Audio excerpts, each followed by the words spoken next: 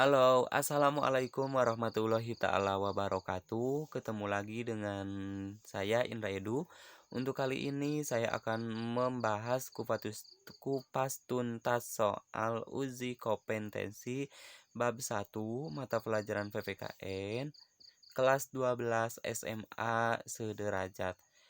Baiklah, kepada teman-teman yang belum mensubscribe channel ini, silakan subscribe terlebih dahulu supaya channel ini lebih berkembang lebih baik lagi, dan juga boleh komen, share eh, kepada teman-temannya supaya mendapatkan kemanfaatan dari channel ini.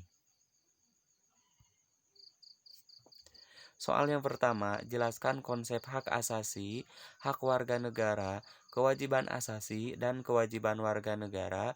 Uraikan perbedaan dan persamaan konsep-konsep tersebut.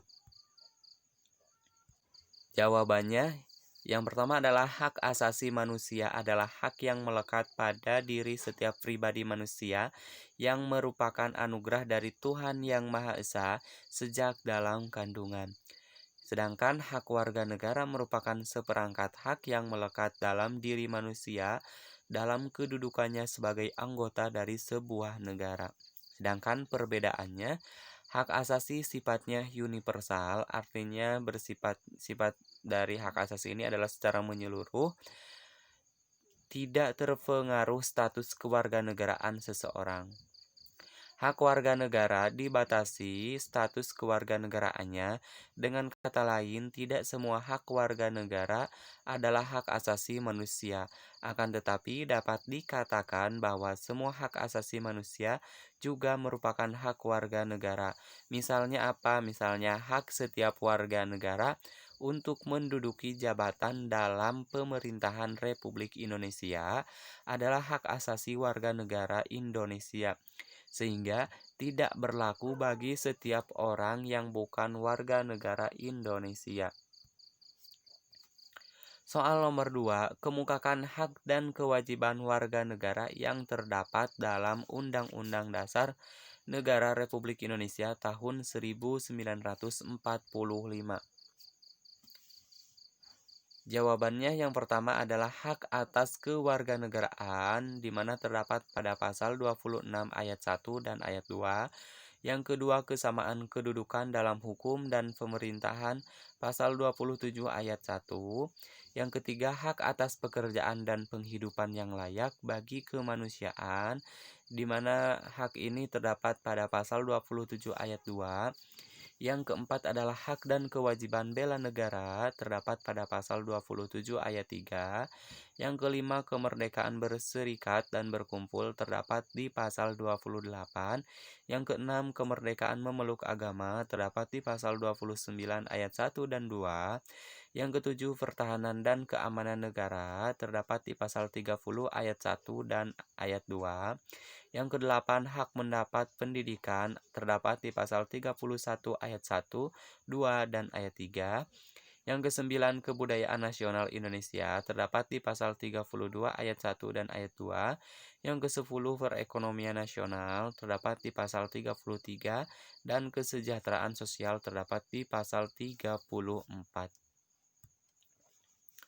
Soal nomor 3, jelaskan faktor-faktor penyebab terjadi pelanggaran hak dan pengingkaran kewajiban warga negara, baik yang bersifat internal maupun bersifat eksternal. Jawabannya, sikap egois atau terlalu mementingkan diri sendiri. Sikap ini akan menyebabkan seseorang untuk selalu menuntut haknya, sementara kewajibannya sering diabaikan. Seseorang yang mempunyai sikap seperti ini akan menghalalkan segala cara supaya haknya bisa terpenuhi, meskipun caranya tersebut dapat melanggar hak orang lain. Yang kedua adalah rendahnya kesadaran berbangsa dan bernegara. Hal ini akan menyebabkan pelaku pelanggaran berbuat seenaknya. Pelaku tidak mau tahu bahwa orang lain pun mempunyai hak yang harus dihormati.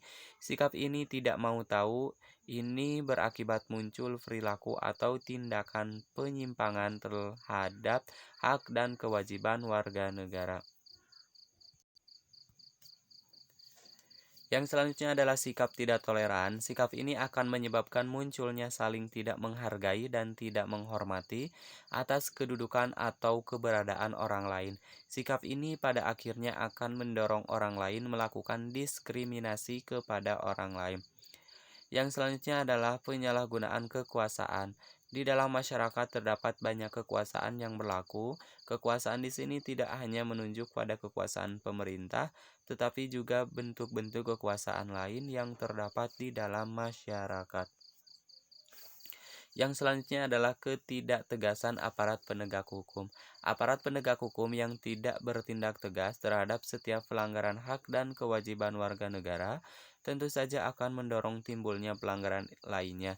Penyelesaian kasus pelanggaran yang tidak tuntas akan menjadi pemicu bagi munculnya kasus-kasus lain. Para pelaku tidak akan merasa jera karena mereka tidak menerima sanksi yang tegas atas perbuatan itu. Yang selanjutnya adalah penyalahgunaan teknologi. Kemajuan teknologi dapat memberikan pengaruh yang positif, tetapi bisa juga memberikan pengaruh yang negatif, bahkan dapat memicu timbulnya kejahatan. Soal nomor 4, menurut Anda apa yang harus dilakukan pemerintah dalam menyelesaikan persoalan pelanggaran hak dan pengingkaran kewajiban sebagai warga negara? Jawaban untuk soal nomor 4 yaitu supremasi hukum dan demokrasi harus ditegakkan. Yang kedua, mengoptimalkan peran lembaga-lembaga selain lembaga tinggi negara yang berwenang dalam penegakan hak dan kewajiban warga negara.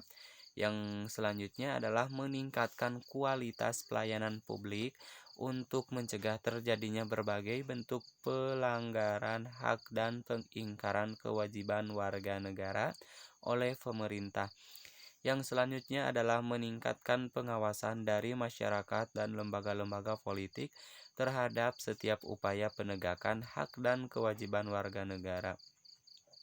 Selanjutnya adalah meningkatkan penyebarluasan prinsip-prinsip kesadaran berbangsa, bernegara kepada masyarakat melalui lembaga pendidikan formal, yaitu sekolah atau perguruan tinggi, maupun non-formal, yaitu kegiatan-kegiatan keagamaan dan kursus-kursus lainnya.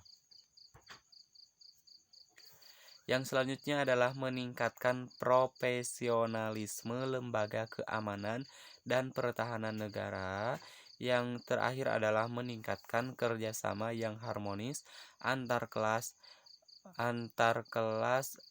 atau golongan dalam masyarakat agar mampu saling memahami dan menghormati keyakinan dan pendapat masing-masing.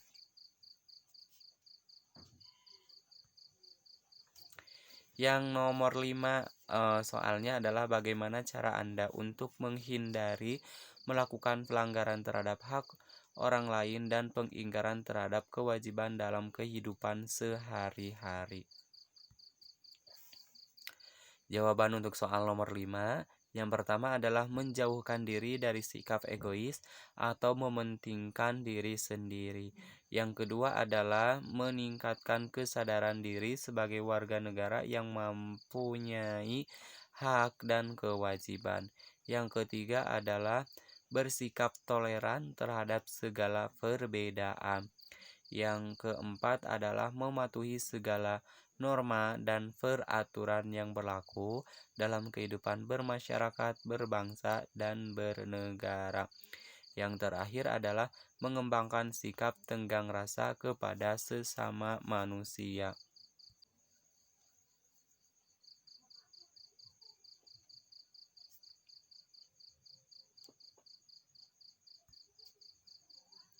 Sekian dan terima kasih, semoga bermanfaat. Jangan lupa tekan tombol subscribe, like, atau boleh komen dan juga dibagikan kepada teman-temannya. Assalamualaikum warahmatullahi wabarakatuh.